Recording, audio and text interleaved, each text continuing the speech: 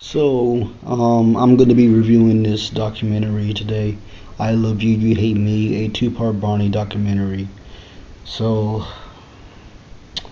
this was hard for me to get through. Um, it was very, very difficult because I'm a fan of Barney. And I take these things very, not only seriously, but it's hard for me to talk about them. So I'm going to try to talk about them the best way I can. So, starting with the history of Barney, they went through this correctly. Before I go on, I'm gonna give this a solid 8 out of 10. They they went and the people who did the documentary are not Barney haters. They respect the franchise. Well, Tommy Avalone, the guy who did this thing, he respects the franchise, and he did his research into it. He got the people he needed for the documentary, and there was a lot of things that was going on. People were hating on Barney. They were making rumors about Barney, about the behind the scenes, the people who voiced and do the costumes, and the people who voiced Barney and wore the costumes, and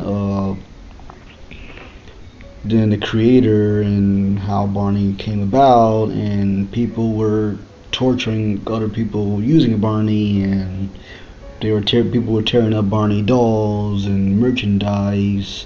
Frat parties were doing this, and Al Roker said that people just couldn't. We didn't know Al Roker was in the documentary. And he just said that people just couldn't accept that this was just a children's show that was nice and kind and pretty much very sweet, and they just went ham and started bashing on Barney and his likeness and what he represent. People thought Barney was gay. Anything that was male and soft, they thought that was gay, and I'm like, no. They thought Barney was a pedophile. The guy in the suit, they thought he was a pedophile, and all this other stuff.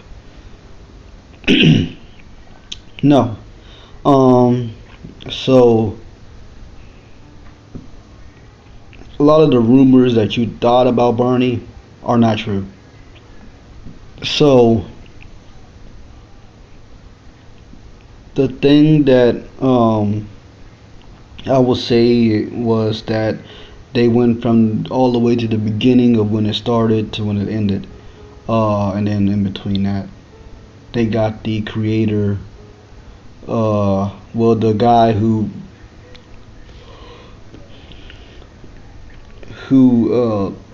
directed or wrote this, the guy who put this together. He not interviewed, but he talked to the creator of Barney. She was not interviewed for this at all. The only thing you will see of her is just clips of her and videos of her. She did not want to be interviewed for this because she didn't want to be involved with anything negative about Barney, because she cared about the character that she created so much. And Barney was based off her son, Patrick. Now, we'll get to him a little later, but now we're going to talk about the people involved with Barney. So now they got, and also the people that were in this documentary, not just the Barney people. They got a couple. They got Shirley. Forgot her name, but she was one of the choreographers. Salome Coleman, who was doing the live tour events, who was in charge of a lot of the events that they did with Barney. They got the voice of Barney, the original voice, the original costume actor who was only there for a couple of episodes of Barney. Then David Joyner, who was in the costume for the TV show from the 90s. And then they had the current, the 2000s voice of Barney, the guy that took over for the original voice. and there were many other voice actors, but they just got these two, the original and the last one. And then they also got the other costume actor. He didn't really say much of anything, but the guy who took over after David Joyner left. And there were many other costume actors too. That I think one got interviewed for this too, but he just didn't get onto the documentary. There were many people who would have had a say or have anything to say in this documentary that just didn't have a chance to say anything. A lot of the kids that were on Barney were in this documentary, at least from the earlier years when Barney was starting to become popular. Um, then they had some people who were involved with other entertainment medias like Steve from Blue's Clues and Bill Nye the Science Guy. Like I said, Al Roker was in this because he did a couple of interviews with Barney. Um, who else was in here? Jerry Springer, which was kind of weird to have on. A lot of the Barney haters back in the day were on there because they created websites and stuff that just tried to put Barney down. There was a guy on there who created, and this is crazy. There was a guy who came home from a work trip one day only because, well, not only because, but he came home from a work trip expecting his two-year-old daughter to come up and hug him. She was glued to the TV watching Barney, like she was watching, like her eyes were literally focused on Barney, and he got upset about that, which I thought was stupid. I mean, it's a 2-year-old little girl. Like, of course, she's gonna pay attention to a silly character on the TV screen. That's just what 2-year-olds do. But he decided to just take it far and just start creating a Barney anti-group for parents who had kids who loved Barney, which I thought was crazy. There were people that were for it, and there were people that were against it because it's crazy. Like, let the kids love what they love. Barney was doing so much good for some kids because I understood Barney was only for kids that were at a certain age. It wasn't for kids and adults like Sesame Street and other shows were. It was just for the little kids. And parents thought it was annoying and stuff like that. At least some parents did. And some teenagers and some adults did. But he just took it too far, and yeah. And somebody, I think, went and told him, I bet you have something that you liked. And he was like, yeah. Look, I never liked it when people hated on Barney. There wasn't really a reason to. But let people love what they love. I don't care if you don't like it. Let me love it. Let the people who love it love it. Like, let us have it. There's a Barney. There were two Barney fans that were in here that said some things and gave some history. I wish I was in there. There was Bob Singleton, who did the music for Barney in the earlier years. One of the writers for Barney, I think the original writer and the other writer.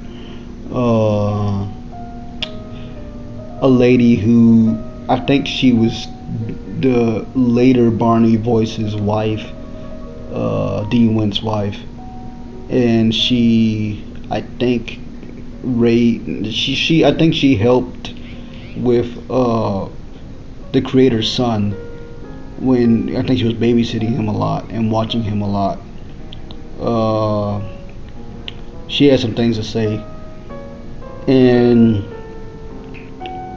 then a couple of other people who were just involved with other things that either had to do with Barney or the people involved, or just other things that just tied into the documentary. I do not like how they introduced the guy and David Joyner who was in the costume, because some of the people were like, oh yeah, he did this, he was so good in the suit, and they showed a video of him currently, like a recent video of just him dancing and showing off what he did in the suit. and just praising him for just being a good performer for Barney. Then they start talking about the things he's doing now. I'm not gonna go straight into it, but it was just weird how they just started talking about him. Uh, and then of course his interview in here was really good.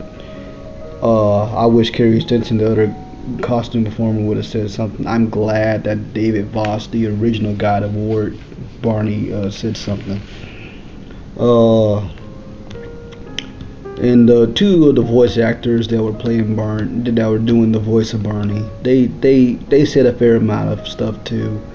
The original voice said that there was some kids that sent some emails to him and said that they were gonna find him and kill him. Bob West, the original voice, was positive throughout the entire time. I mean, there were times when things did shake him up, but he tried to brush some things off, and the original and the other voice did the same thing too.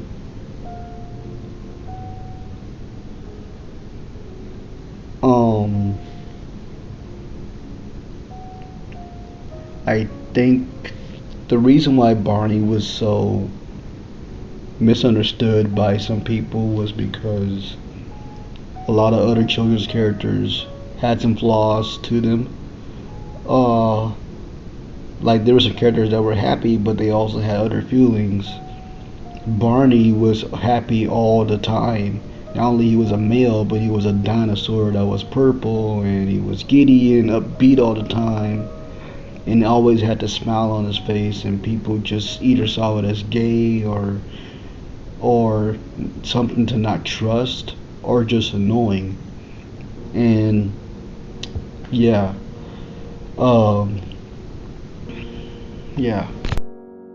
So people just started tearing up Barney stuff and just saying some really mean things about Barney, and it was just awful. Like when I was watching this documentary, it really made me feel some type of way.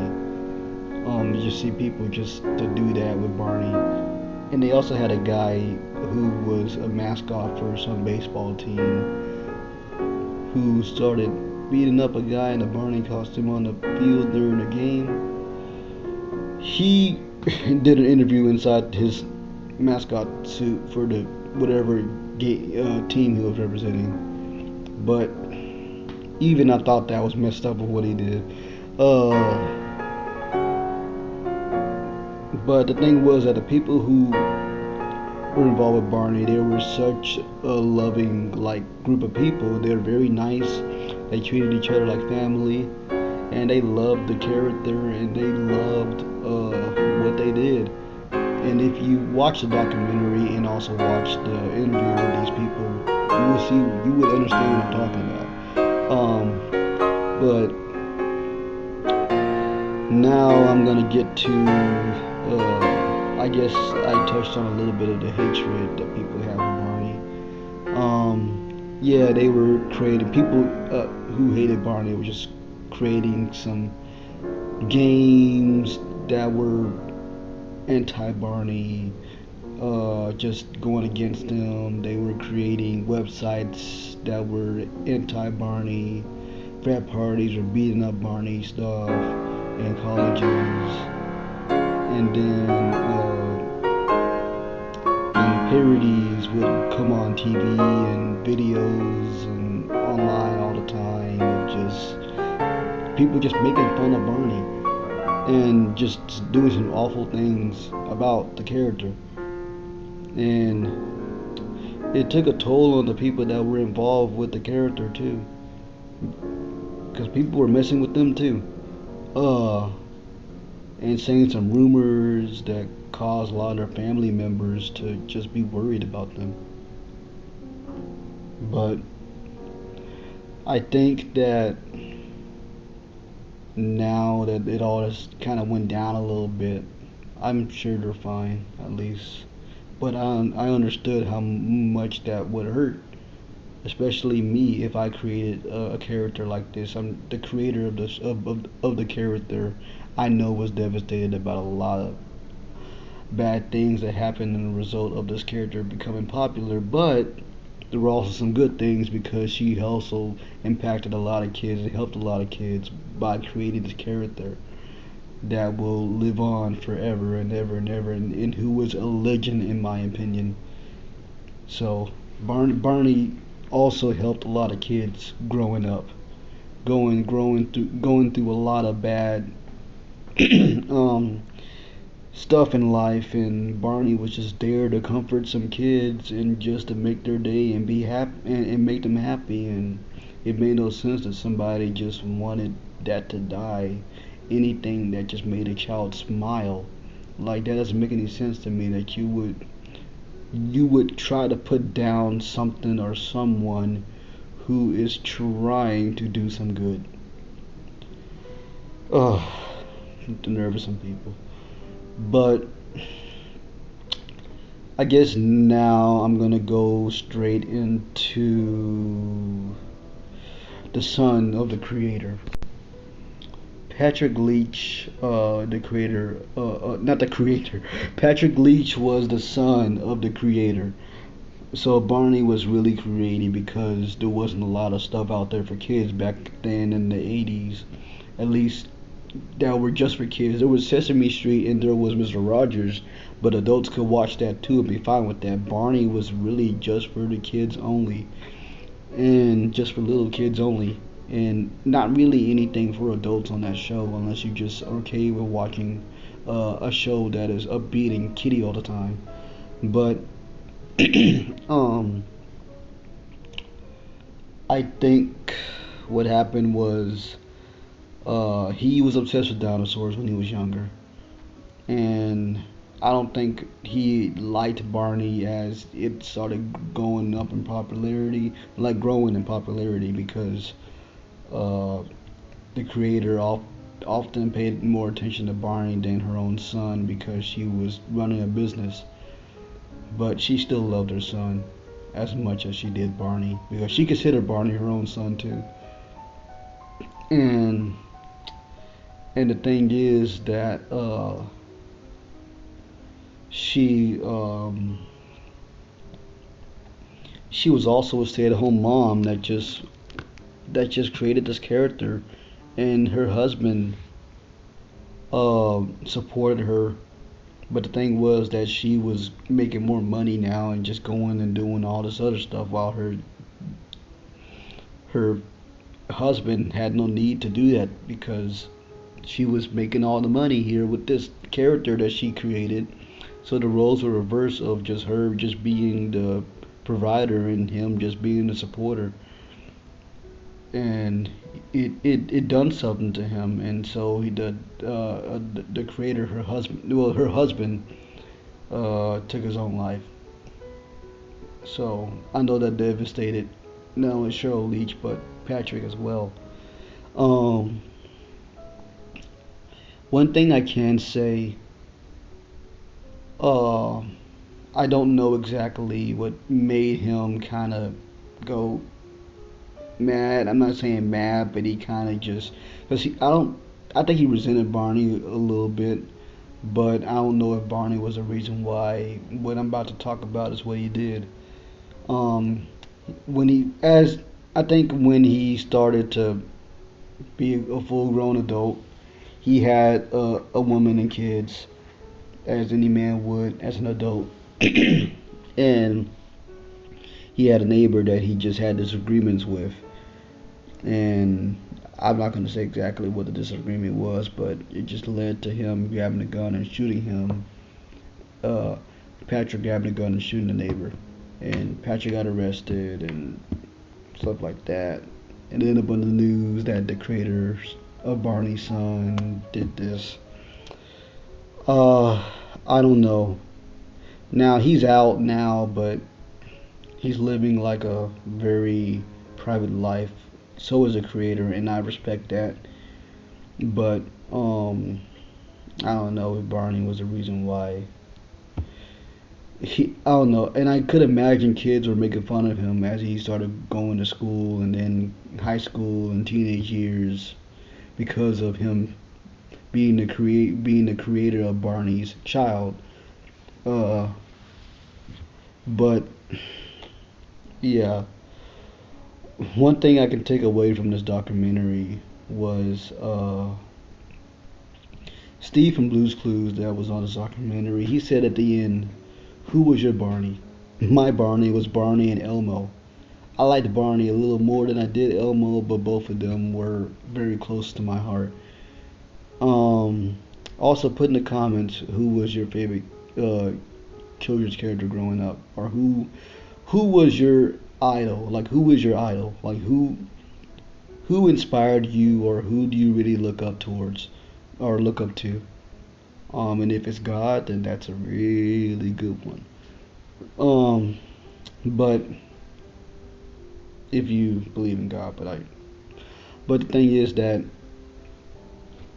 Barney meant so much to some kids around the world, but it also led people to do some very questionable decisions and have some very, I guess in my opinion, not very good opinions. But Barney was also a legend because of just how not only how popular he was, but just what he did for so many people. Even the haters, they were like, "Yeah, we kind of messed up, and Barney really didn't deserve all that." And yeah, but um, I guess I'll end it off with this. If you haven't checked out the documentary, please check it out. It's on Peacock. I watched it on something else, but I loved it. It was hard for me to watch, but it was a good documentary. I'm not gonna say I loved it. I liked it, okay, but I'm not gonna say I loved it. There was certain things that were hard for me to watch, but it said what it needed to say. And at the end, there's a credits where David Joyner, who was in the costume, the Barney costume. This is just credits of just him jumping around and just acting silly and doing what he would used to do in the suit. But yeah, it was very good. I would do this with my friends, but I'm the only Barney fan out of my friend group, and I feel like I would need to do this outside of my own podcast. So I would just do this on my channel. Now I don't know if they want to check it out. I would hope so, and I hope we would talk about it. But they just, I don't think they'll would want to do it and do a review on this on the podcast. So yeah, if you want to check out my podcast, it's Checking It with Jalen and Friends, and yeah, we talk about a lot of different things there, and hopefully we'll do some more stuff on this channel soon. So like, subscribe, please be respectful in the comments, and I hope you guys really enjoyed this video. And thank you.